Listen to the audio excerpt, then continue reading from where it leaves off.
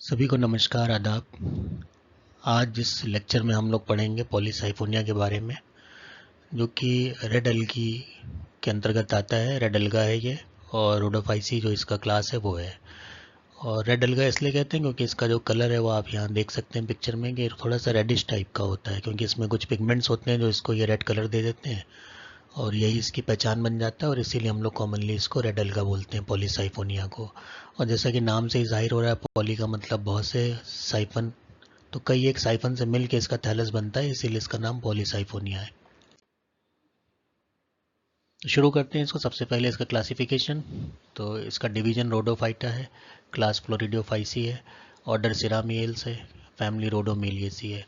और ये बहुत कॉमन रेड एल्गा है, जो कि ज़्यादातर हमें रॉक्स, शेल्स और पेबल्स, जो भी इंटरटाइडल जोन है, जैसे कि एक्टोकार्पस होता है, लगभग उसी इकोलॉजिकल कंडीशन में ये भी ग्रो करता हुआ मिलता है। और इसमें भी हेटरोटाइकस टाइप का ही थैलस होता है, थोड़ा प्रोस्टेट सिस्टम होता है और बाकी इरेक्ट होता है। तो जो इसका थैलस है वो बहुत ब्रांच्ड होता है और फिलामेंटस थैलस होता है। अब जहाँ तक बात की जाए इसकी हैबिट और हैबिटेट की, तो मोस्टली मैरीन है। बहुत कम ही ऐसा होगा कि कोई स्पीशीज़ जो है वो फ्रेश वाटर हो।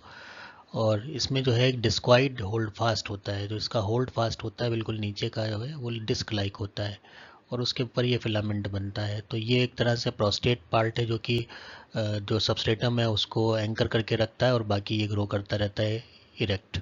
तो लगभग जिस तरह से एक्टोकार्पस हेटरोटाइकस होता है, उस तरह से ये भी हम कह सकते हैं कि इसमें भी एक पोर्शन वो है जो सबस्ट्रेटम से लगा रहता है, होल्डफास्ट के तौर पर डिस्क्वाइड होता है, और बाकी इसमें वो इरेक्ट पार्ट होता है जो कि हाईली ब्रांच्ड होता है।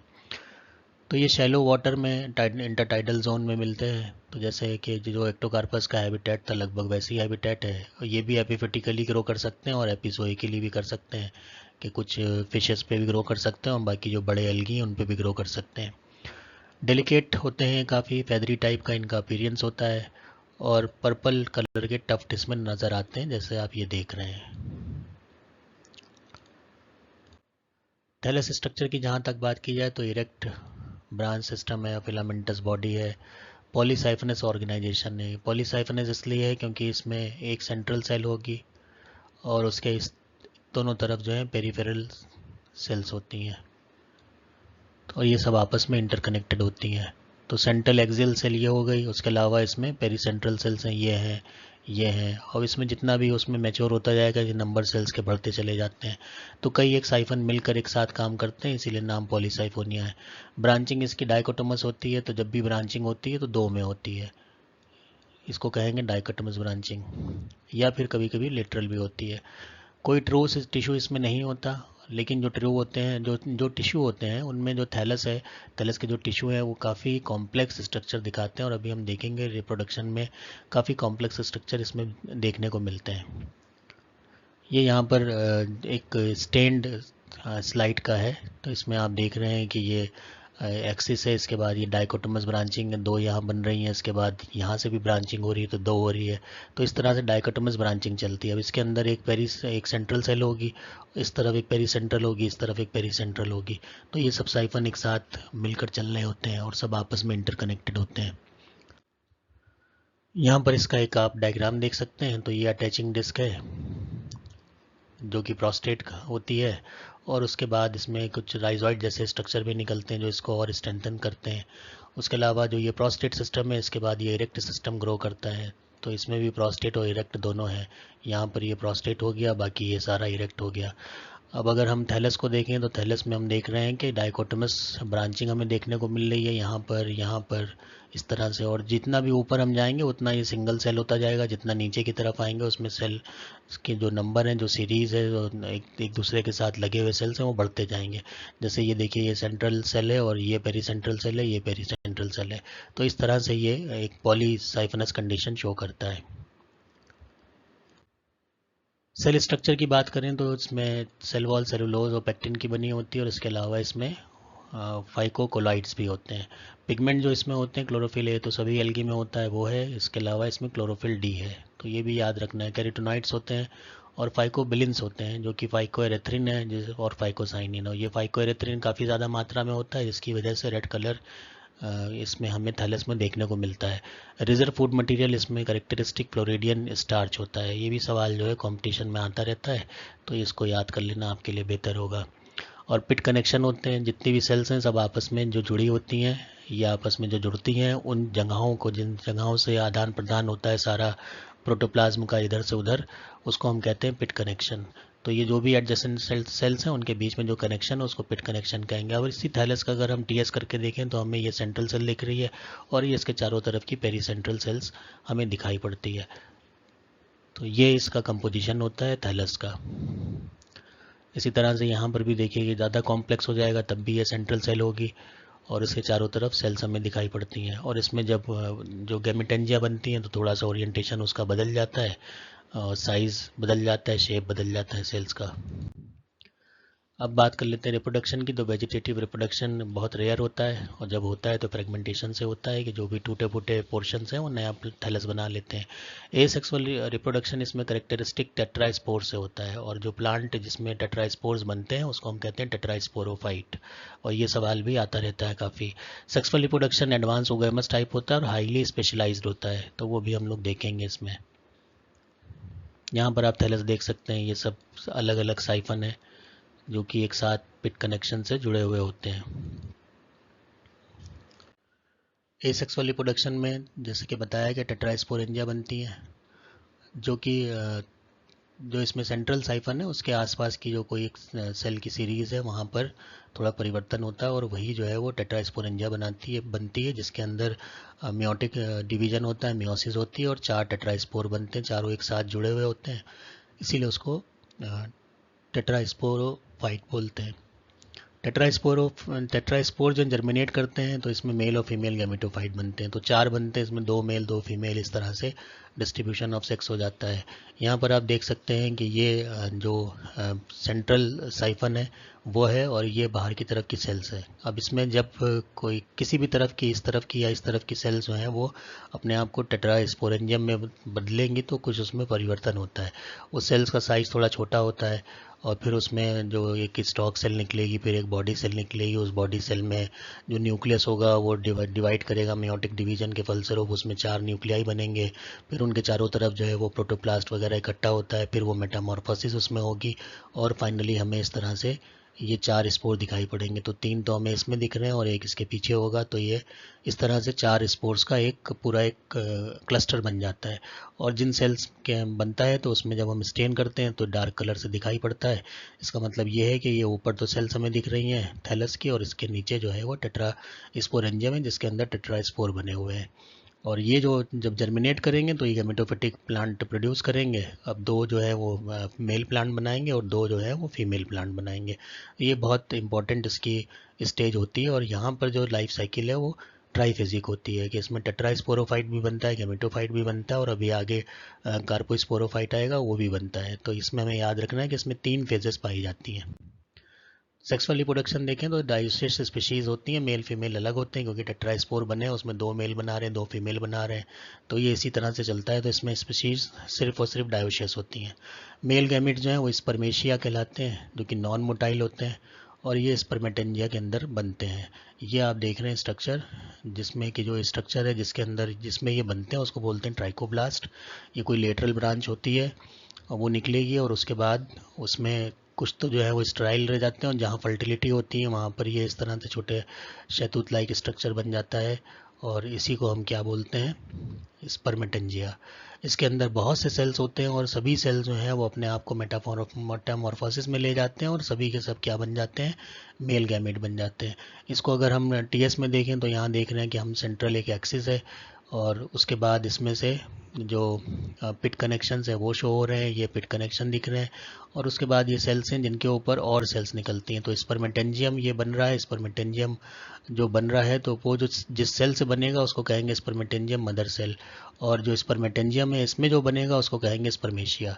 तो इस तरह से पूरा एक बहुत क्लस्टर बन जाता है क्योंकि ये सब छोटे छोटे सेल्स जो हैं वो स्पर्मेशिया होते हैं और यही जो छोटे छोटे सेल्स हैं ये हमें ऊपर नज़र आते हैं, गोल गोल जो आपको दिख रहे हैं ये सारे के सारे स्पर्मेशिया हैं। तो ये एक बहुत कॉम्प्लेक्स स्ट्रक्चर होता है। तो याद रखना है हमें यहाँ पर कि मेल जो रिप्रोडक्टिव स्ट्रक्चर है, मेल गैमेट्स, उनको यहाँ पर स्पर्मेशिया कहते हैं, जो नॉन मोटाइल होते हैं, इसमें कोई फ्लैजिला वगैरह नहीं होता। फीमेल गैमेटेंजियम जो होते हैं उनको कहते हैं कार्पोगोनियम, और इसमें एक लॉन्ग ट्राइकोगाइन होती है जो कि स्पर्मेशियल अटैचमेंट में हेल्प करती है। तो जो स्पर्मेशिया ये रिलीज़ होंगे नॉन मोटाइल, ये ट्राइकोगाइन के ऊपर जाकर उसको आइडेंटिफाई करते हैं और वहाँ पर अटैचमेंट करते हैं ताकि वो फर्टिलाइजेशन की प्रोसेस को आगे पूरा कर सकें। और फर्टिलाइजेशन जो होता है उसमें स्पर्मेशियम कार्पोगोनियम के साथ फ्यूज़ होता है। तो आगे अगली स्लाइड में वो आप देखेंगे। तो यहाँ पे पहले एक बार देख लेते हैं मेल गैमेटोफाइट। तो मेल गैमेटोफाइट जो है इसमें मेल सेक्स ऑर्गन्स होते हैं जिसको कहते हैं स्पर्मेटेंजियम। स्पर्मेटेंजियम जो है वो डेंस क्लस्टर में इसका प्रोडक्शन होता है और बहुत कॉम्पैक्ट अरेंजमेंट होता है और कोन लाइक स्ट्रक्चर बनता है। और इसमें क्या होगा कि मोनोशियस ब्रांचेस बनती हैं जो अपेक्स के आसपास होती हैं, जो मेल प्लांट है उसकी जो एपाइसेस हैं वहाँ पर ये बनती हैं, और यही ब्रांचेस जो कहलाती हैं वो मेल ट्राइकोब्लास्ट कहलाती हैं।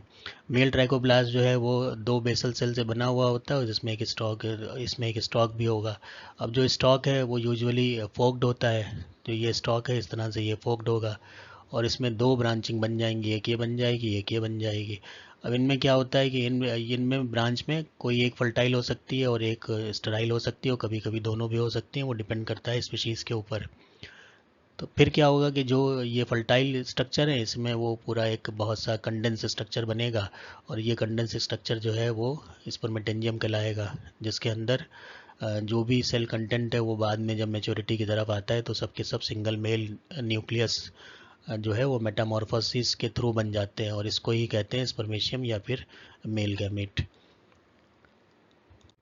इसके बाद हम देखते हैं कि जो कार्पोगोनियम फिलामेंट है वो कैसे डेवलप करता है, जिसकी जो फीमेल का पार्ट है। तो यहाँ पर आप देख सकते हैं कि यहाँ पर एक सपोर्टिंग सेल है।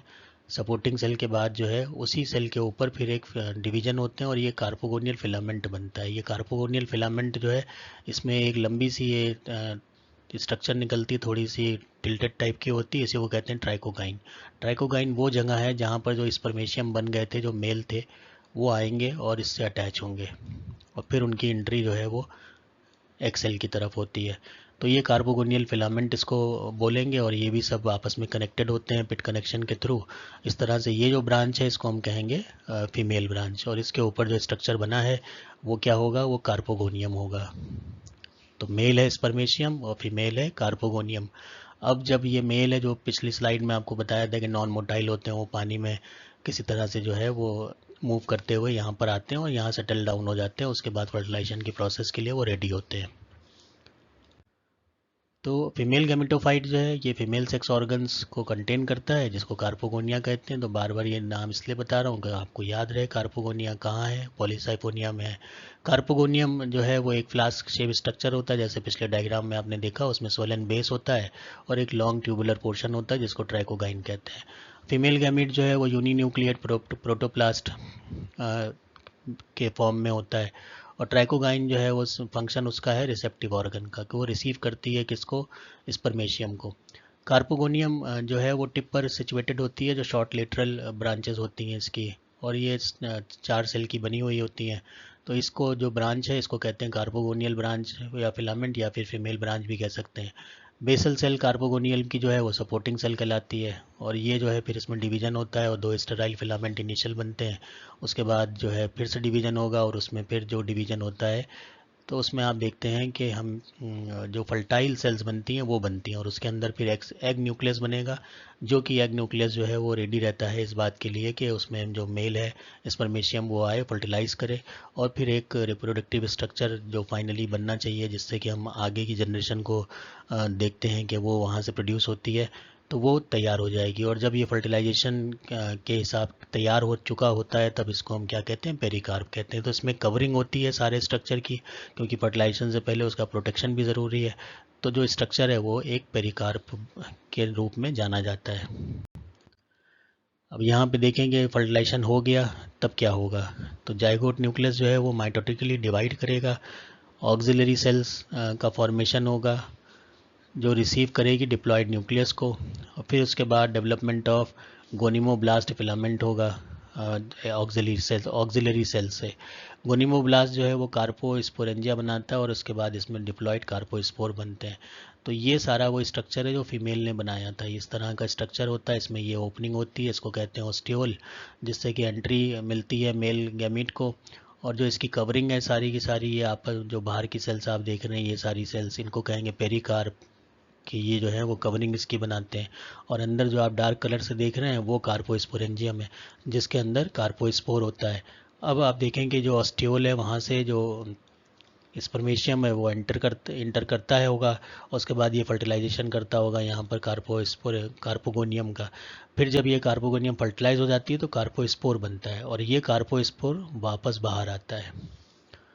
अब ये कार्पोस्पोर क्या है कि ये फर्टिलाइजेशन की बाद की रचना है, और ये डिप्लॉयड होता है क्योंकि फर्टिलाइजेशन के बाद बना है। तो फर्टिलाइजेशन और फॉर्मेशन ऑफ कार्पोस्पोरोफाइट को देख लेते हैं। फर्टिलाइजेशन क्या है कि लिबरेटेड स्पर्मेशिया जो बने थे मेल ब्रांच पर, वो कैरीड होते हैं वाटर के थ्रू, और ये बहुत क्लोज आ जाते हैं, ट्राइकोगाइन के आसपास पहुंचते हैं, तब ये उसमें इसकी एंट्री पॉसिबल हो जाती है कि रिसेप्टिव स्पॉट की तरह काम करती है ट्राइकोगाइन। उसके बाद ये जो पॉइंट ऑफ कांटेक्ट है वहाँ पर जो वॉल है दोनों की, वो डिसॉल्व हो जाती है और मेल न्यूक्लियस एंटर कर जाता है ट्राइकोगाइन से होते हुए, और मूव करता है किस तरफ, फीमेल न्यूक्लियस की तरफ, और फर्टिलाइजेशन को कंप्लीट करता है। फर्टिलाइजेशन के बाद जो है बहुत से डेवलपमेंटल चेंजेस होते हैं, जिसकी वजह से एक सिस्टोकार्प बनता है, और यही सिस्टोकार्प जो है कि फर्टाइल स्ट्रक्चर माना जाता है। ये सिस्टोकार्प जो है इसमें प्लेसेंटल एलिमेंट होता है, गोनिमोब्लास्ट फिलामेंट होता है, और कार्पोस्पोरेंजिया होती है इसके अंदर, और ये बाहर से जो ढका होता है उस स्ट्रक्चर को कहते हैं पेरिकार्प।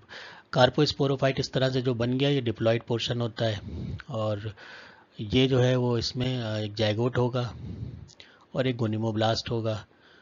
इसके बाद ये अटैच रहता है फीमेल प्लांट जो पॉलीसाइफोनिया के हैं उनसे, और इसमें जो फाइनली जो प्रोडक्ट बनता है वो कार्पोस्पोर्स बनते हैं जो कि डिप्लॉयड होते हैं। कार्पोस्पोरोफाइट जो सराउंडेड होता है वो 2 लेयर की पेरिकार्प से, वो आपको डायग्राम में मैंने बता दिया था। तो यहाँ पर वो जस्ट जो है रिपीटेशन है, तो अगर वहाँ समझ गए हैं तो ये लिखा हुआ चीज़ वही सारा कुछ है। और फाइनली फिर क्या होगा कि ये प्लांट बन जाएगा। जब प्लांट बन जाएगा तो इस प्लांट में दोबारा से टेट्रास्पोरोफिटिक कंडीशन आएगी, और वहाँ पर मियोसिस होगी, जिससे कि हैप्लॉइडी रीगेन हो जाएगी।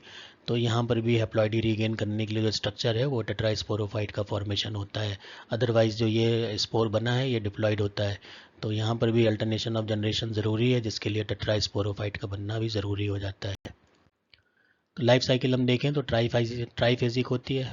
इसमें एक गेमिटोफाइट जो हैप्लॉइड होता है, जिसको जो रिप्रेजेंट होता है मेल और फीमेल प्लांट से, जो दोनों अलग अलग होते हैं, डायोसिस कंडीशन होती है। उसके बाद डिप्लॉयड जो स्टेज है वो कार्पोस्पोरोफाइट होता है, जो पैरासिटिक होता है फीमेल गेमिटोफाइट पे सारा पोर्शन इसका, क्योंकि फीमेल ब्रांच पे बनता है, फीमेल प्लांट पे बनता है, उसी की एक ब्रांच होती है, तो ये कार्पोस्पोर प्रोड्यूस करेगा जो 2N होगा। अब ये जो 2N है ये कार्पोस्पोरोफाइट से प्लांट बनेगा जो कि डिप्लॉयड होगा, और फिर उसमें टेट्रास्पोरोफाइट बनेंगे, जो शुरू में तो डिप्लॉयड स्टेज ही होती है, लेकिन बाद में उसमें म्योटिक होगी, और म्योटिक के बाद हैप्लॉइड टेट्रास्पोर्स बन जाएंगे। तो इसमें इस तरह से जो कंडीशन है वो दोबारा से हमें वापस मिल जाती है मियोसिस के बाद। ये फिगर हो गया जिसमें सिस्टोकार्प दिख रहा है जो फीमेल रिप्रोडक्टिव स्ट्रक्चर से बना हुआ है। यहाँ पर आप देख सकते हैं कि ये वो जो मेल ब्रांचेस बनती हैं वो हो गई, जिसके अंदर बहुत से स्पर्मेशिया बनेंगे, और फिर फर्टिलाइजेशन होगा। ये सेक्शन है स्पर्मेशिया का, जिसमें आप देख रहे हैं कि ये सेंट्रल सेल है, उसके बाद उसमें स्टॉक सेल है, और स्टॉक सेल की बाइफर्केशन है, बाइफर्केशन के बाद 2 छोटी छोटी सेल्स हैं जिनको स्पर्मेशिया कहते हैं। तो ये क्रॉस सेक्शन आपको दिख रहा है। अब ये जो रिलीज़ होंगे तो रिलीज इसमें फ्लैजिला होते नहीं, तो पानी में ये अपने आप ही से पानी इनको लेके जाता है फीमेल प्लांट की तरफ, और वहाँ पर ये ट्राइकोगाइन के द्वारा इसका रिसेप्शन किया जाता है, और बाद में फर्टिलाइजेशन इसका होता है, जिसके फलस्वरूप एक स्ट्रक्चर बनता है जिसको हम कहते हैं सिस्टोकार्प या कार्पोस्पोरोफाइट। इस प्लांट को बोलते हैं जिसके ऊपर सिस्टोकार्प होता है, और फिर इस तरह से जो अल्टरनेशन ऑफ जनरेशन है वो चलती रहती है। तो इसमें ये ध्यान रखना है कि इसमें 3 फेजेस पाई जाती हैं, गेमेटोफिटिक, कार्पोस्पोरोफिटिक और टेट्रास्पोरोफिटिक। अब बात कर लेते हैं इकोनॉमिक इंपॉर्टेंस की। तो ये बहुत अच्छा सोर्स है अगार और कैरिजिनिन का, जो कि फाइकोकोलाइट्स हैं जो इसकी सेल वॉल में पाए जाते हैं। तो ये इकोनॉमिकली बहुत इंपॉर्टेंट एल्गा है। फूड इंडस्ट्री में इसका इस्तेमाल होता है एज अ स्टेबलाइज़र और इमल्शिफायर। तो जहाँ केक पेस्ट्री ये सब बनती हैं तो उसमें इसका इस्तेमाल होता है। इसमें मैरीन इकोसिस्टम में इनका अच्छा रोल है, जहाँ पर भी कोई प्लांट पाया जाएगा उस सिस्टम में उसका रोल हमेशा ही होता है। और इनको फाइकोलॉजिकल और साइटोलॉजिकल स्टडीज़ में बहुत पढ़ा गया है, क्योंकि इसमें जो लाइफ साइकिल है वो ट्राइफाइजिक लाइफ साइकिल होती है, जो कि जल्दी हमें प्लांट्स में मिलती नहीं है। की फीचर एक बार फिर से देख लेते हैं। तो रेड अलगा होता है जो कि पॉलीसाइफोनियस थैलस को शो करता है। ट्राइफेजिक अल्टरनेशन ऑफ जनरेशन होता है। कॉम्प्लेक्स पोस्ट फर्टिलाइजेशन चेंजेस है जिसमें सिस्टोकार्प और कार्पोस्पोरोफाइट का फॉर्मेशन होता है। इकोनॉमिक वैल्यू में अगर बात करें तो आगार प्रोड्यूस करता है, कैराजिनिन प्रोड्यूस करता है, और इसका अलावा इसमें इकोलॉजिकल रोल तो इसका है, ये ऑक्सीजन प्रोडक्शन और ये सारी चीज़ें, फूड और शेल्टर, ये सब जो जो भी हम बाकी अलगा में पढ़ते हैं वो इसका भी अपना काम है। लेकिन ये मैरीन है और बाकी जो हमने ज़्यादातर पढ़े हैं वो फ्रेश वाटर है एक्टोकार्पस के अलावा। तो उम्मीद है कि ये भी आपको इन्फॉर्मेशन अच्छी लगी होगी और काफ़ी कुछ आपने जाना होगा पॉलीसाइफोनिया के बारे में। तो जो भी इम्पोर्टेंट पॉइंट थे वो मैंने इसमें डिस्कस कर ली। उम्मीद है कि आपको समझ में आ गए होंगे।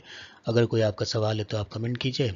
और इसी के साथ ये वीडियो को समाप्त करता हूँ। बहुत बहुत शुक्रिया। वीडियो पसंद आया हो तो लाइक, सब्सक्राइब और आगे शेयर कीजिए। मिलते हैं अगले वीडियो में।